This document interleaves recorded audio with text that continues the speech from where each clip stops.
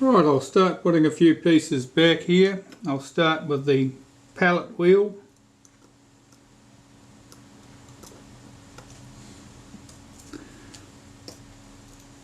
This little sector gear arrangement that drives the pallet wheel.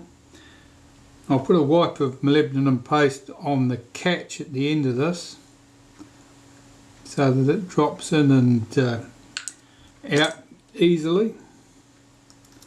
It sits over that pin.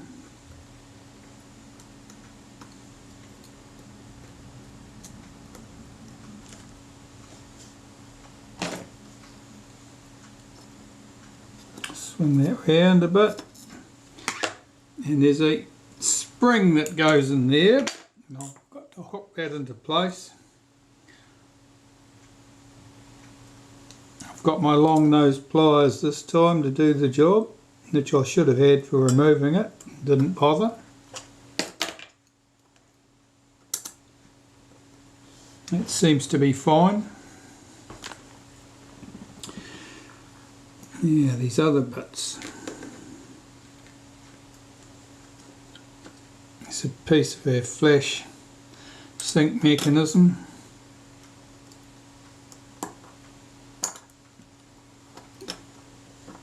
That's seated over its post. Make sure that the tail of the spring is on the inside of the case neatly.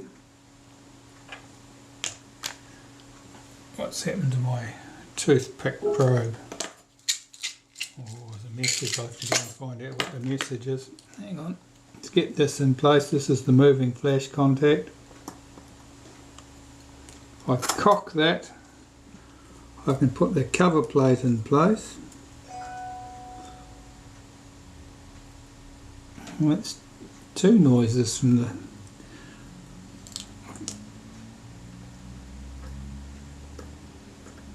phones and computers. Somebody must have sent me a message. Get this screw in here and a return spring and a shoulder screw at this end.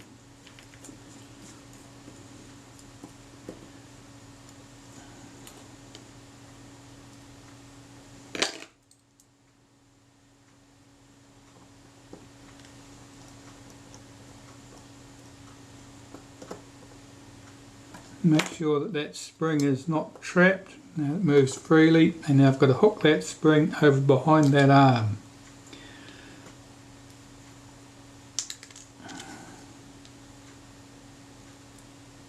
Little notch in the back of the arm that sits into, so that's now sprung loaded, and that holds the main cam in the cocked position. This is lifted by the shutter release, and the shutter release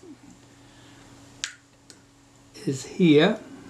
Got to make sure that comes in underneath the B lever and get the spring tucked on down the inside of the case like that. So you can see that as the shutter release is depressed, it lifts this lever which swings this end in, which would release the main cam. So that part's good. A bit of molybdenum paste next, I think.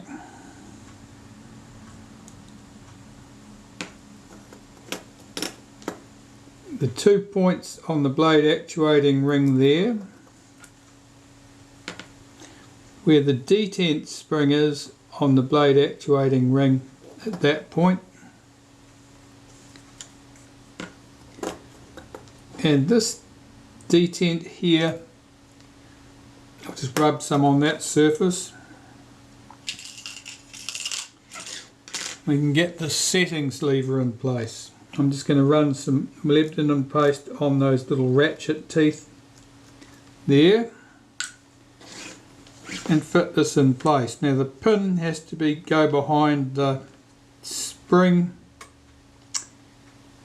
which is here.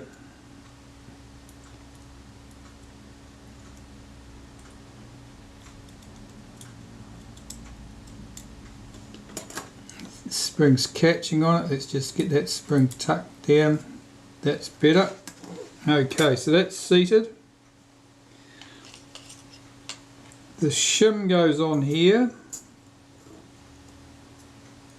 It only goes on one way. It's got a little tab that drops into a notch in the shutter right here, like that. And the diaphragm blade setting lever goes on.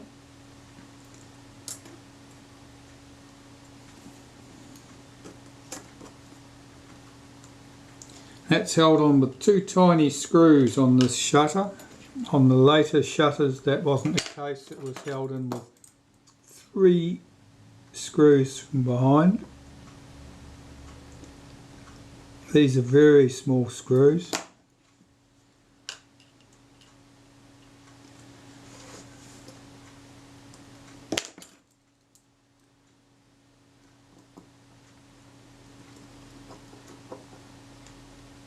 Tighten those. And check now that the diaphragm moves freely. This is a Retina IIc, so the aperture only opens up to f2.8, not f2. There's actually a stop in this mechanism which prevents it opening any further. Okay, well, so far so good. I think we'll want the main cam and its spring in next. Well, I've got the main cam here. I'll just give a wipe through the centre with molybdenum paste. Graphite grease would do. Just running some molybdenum paste around that curved end. That's where it contacts the arm on the retard gear train. Now, if that's dry, it can make it very stiff to cock the shutter, and that leads to undue stress on the shutter cocking rack, which of course leads to early failure. I'll just rub some molybdenum paste through the inside of the spring. This is our main spring. In this case, this spring's in pretty good order. They get stressed over time. They get stressed particularly if the camera has been left in the cocked position for decades, which of course is not uncommon with old cameras.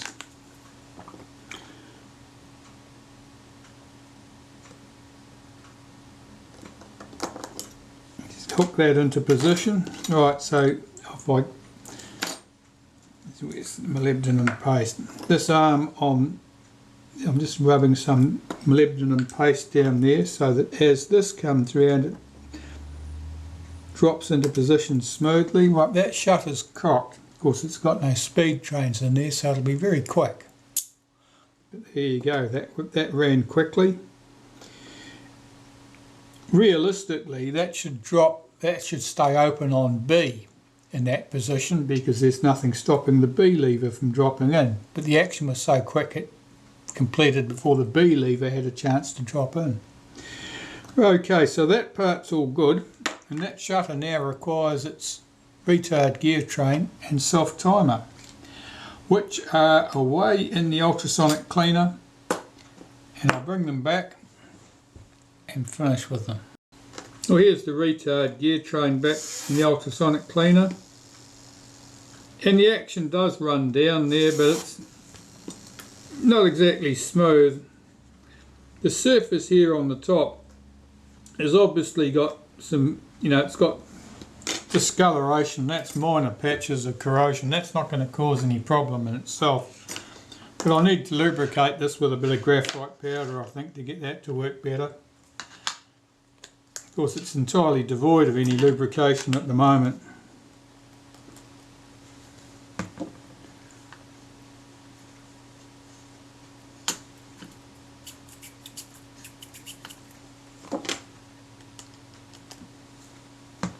I'll just drop a bit in there and work the action a few times, holding the pallets back with my finger.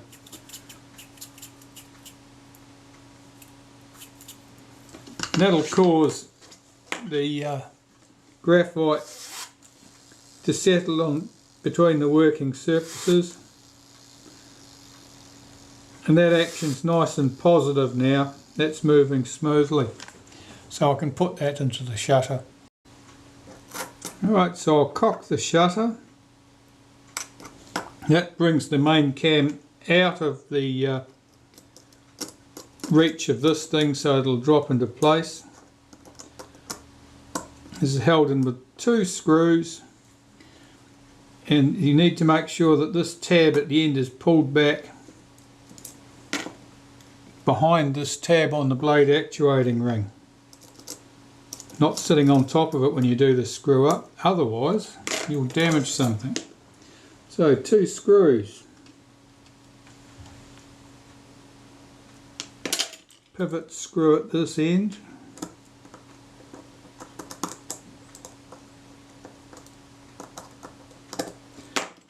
and at this end the screw goes through an oversized hole, which means that there's play there, and it means that you have adjustment, and you swing the retard gear train inwards for greater engagement with the main cam, which will slow the action down, or outwards for lesser engagement, which would speed the shutter up. Shutter speed adjustments, of course, are done on a freshly serviced shutter. Don't open up a dirty, in need of servicing shutter and adjust the speeds thinking that's going to get you out of trouble. It won't. Okay, so that works nicely. That was a little bit quick for a second, so I need to swing that speed train in for greater engagement to slow that action down. Let's try that. That's better. I'm still not convinced, but I think that'll do for the moment. Right, well, I'll just lubricate the self-timer in the same fashion with some graphite powder, and then pop that in the shutter. Get this in place.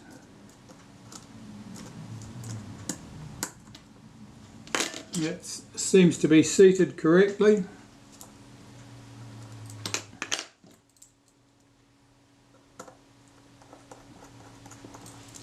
Let's try the action.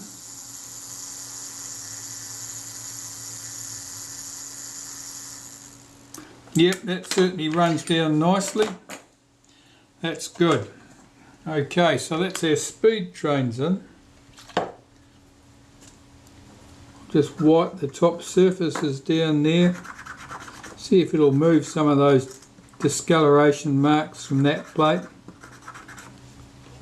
No, it doesn't look like it's going to. That's okay. We can live with that. And before we close this up,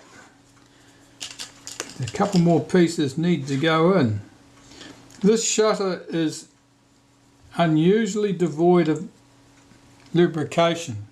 It's more common to find shutters over lubricated than under lubricated. This shutter, if anything, was under lubricated.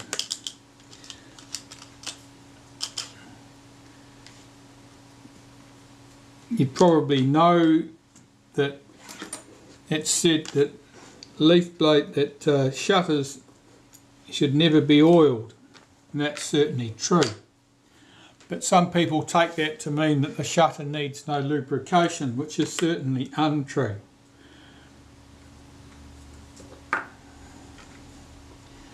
This curved rack, what's that on that surface at the top? There's a bit of a rough spot there. Let me have a look at that.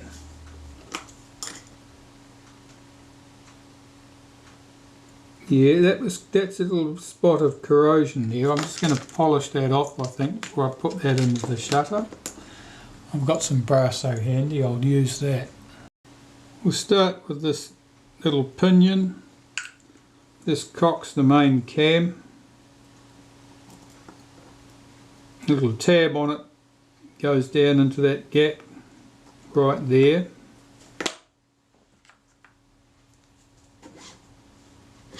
This curved piece here,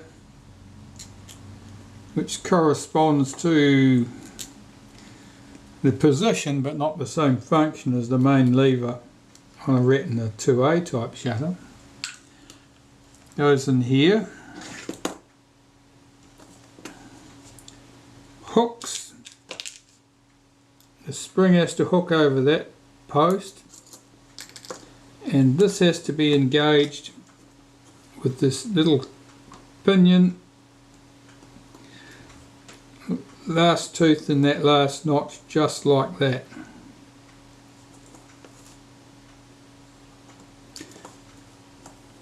Okay, that's looking good, and it has to catch this lever here on the self timer. The speed settings cam plate needs to go on here, so I'll wipe around the inside where it runs around the lens tube, around all the lumps and bumps where it swings the arm on the retard gear train in or out. That's ready to go on. Let's put that on there.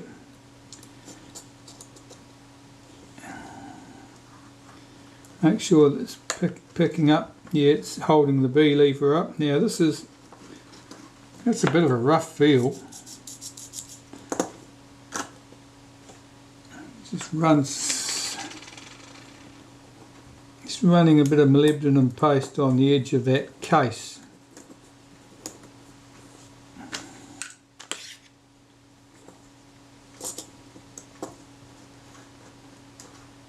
That certainly made a difference. Well, this should be an 1/8 of a second.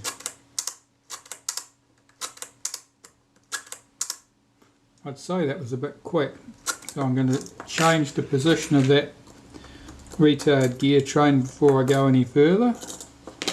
Just to swing it in slightly for slightly greater engagement.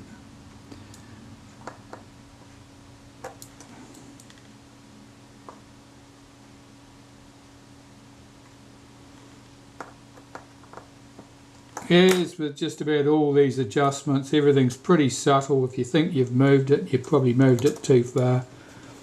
We'll wait and see. It might be miles too slow now. Get that in place. Put this in place. Oh no, that sounds credible. I'll put the front retainer on here now and go away and test my speeds, see what they're like. I don't think they'll be 100 miles away.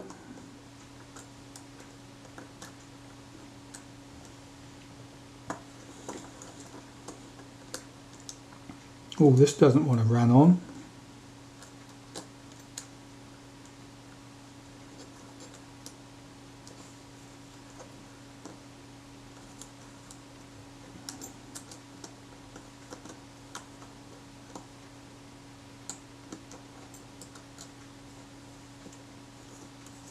That's better. Right, back once I've tested those speeds. Well, one slight adjustment and the speed's now correct. What about the self timer? We'll set that.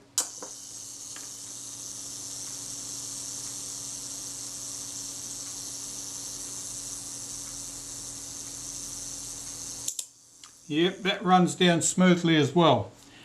Alright, I'll get ready to case this up now and turn our attention to the lenses shortly after that. Well, to put the shutter back in the case, first I want to rub a bit of molybdenum paste over the curved rack and the curved pusher part. I did have to polish that curved pusher part. It had some surface corrosion on it which just made it a little bit rough feeling. See if I can put these into place.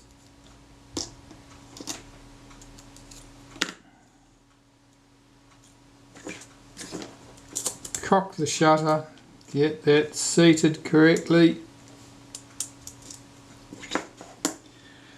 I've got to get that flash contact in there, so I've got to make sure that that's pulled round far enough that that flash contact will slide in. It did. And there are 3 screws that hold that in place. Unfortunately, I haven't even lost them, so we're in business.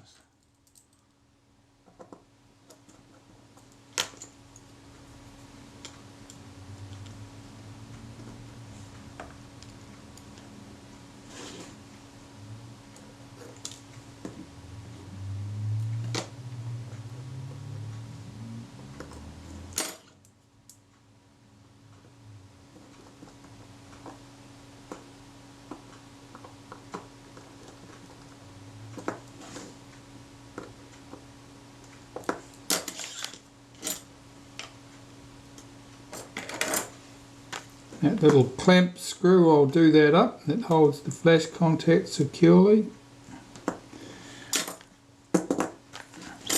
And at the front of the shutter. Okay, so here, with that retaining ring off that I'd put on there temporarily. And there's that little catch needs to go back into the shutter.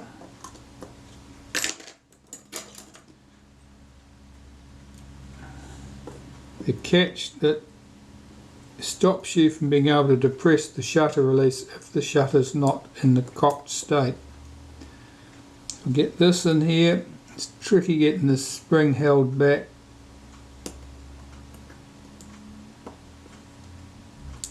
Oh, that went.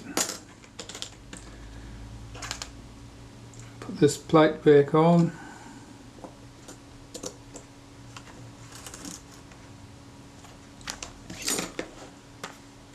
This plate only goes on in one position.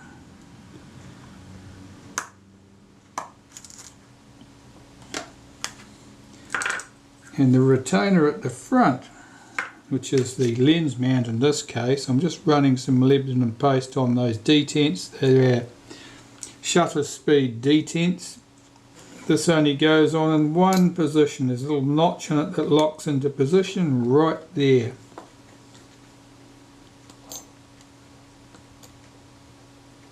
I'll get the retainer ring in place.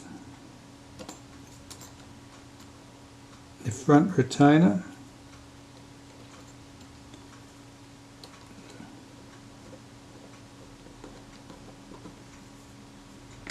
Yeah, I think that's started. I'm tightening that up. I'm using a toothpick. Use a toothpick or a bamboo skewer or something. Don't use the tip of a pair of tweezers because you'll end up slipping and scratching things. That feels good. It's probably a bit tight. Let's take it back another notch. By loosening this or tightening it, you're changing the amount of detent you get. And you want a positive click, but you know, it shouldn't require any more than just that. So let's back that out one more.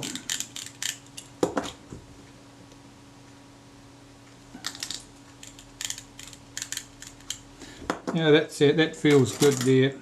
And our tiny little black screw that needs to go in there, which is where?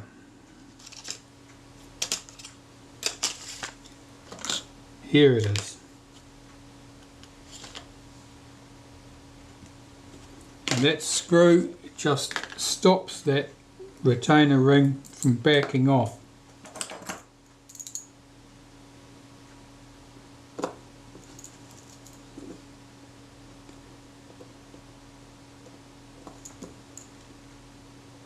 Oh, it's awkward to get that screw in sometimes.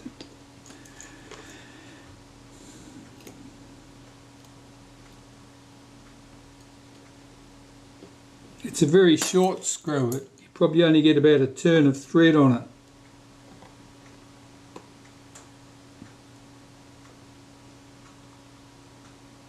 Turn and a half.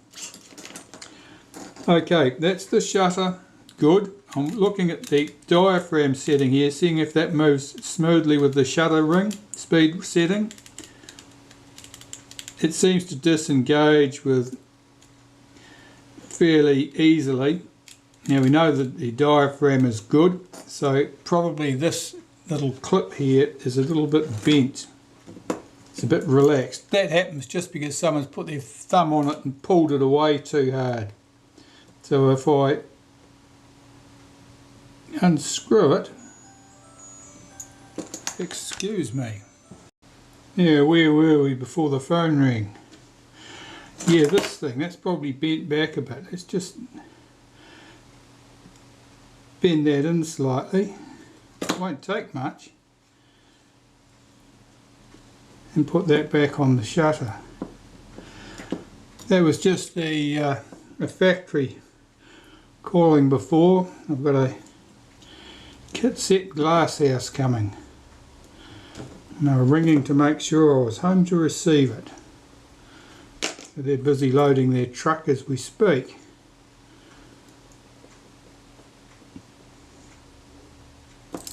Okay, that should have improved the grip somewhat, and it seems to have done the job.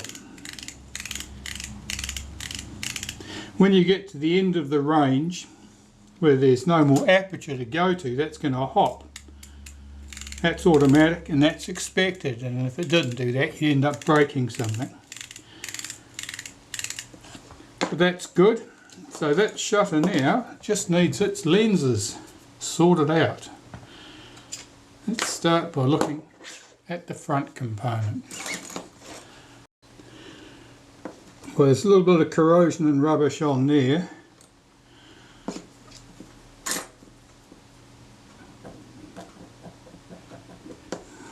I'll take that mount off, I think, and see if I can buff off that corrosion.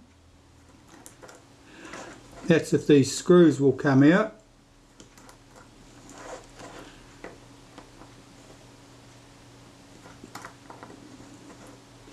You would have to nickel plate that again to do a proper job, but that's not going to happen.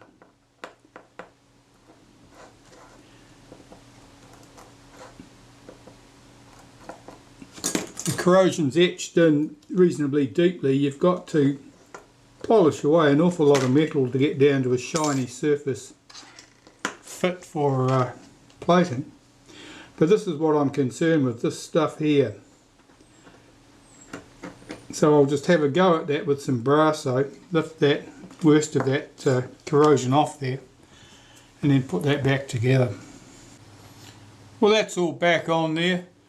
I don't think it looks $1 million, but it looks a little bit better than it used to, which is the main thing. So, to put this back on the camera, we'll start with the metal shim there, I think. Put a paper shim on there, and then the thicker metal shim. Now I've done that for a purpose. I've done that because that'll, with that paper shim neatly sandwiched in there, it's less likely to be damaged than if it's the outside one while I'm trying to get the shutter correctly positioned on the camera body, which of course is the next thing to do.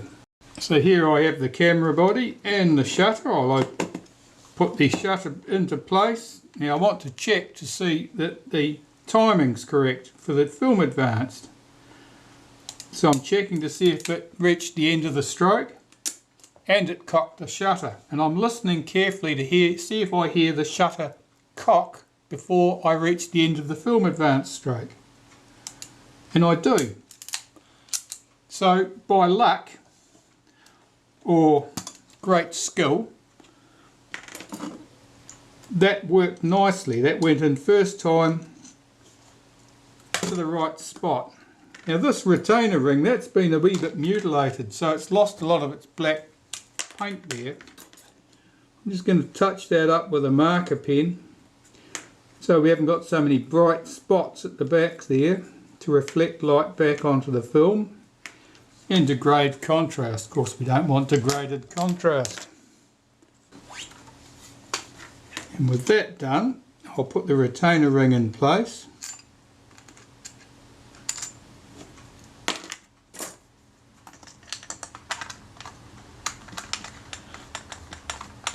Run that tight.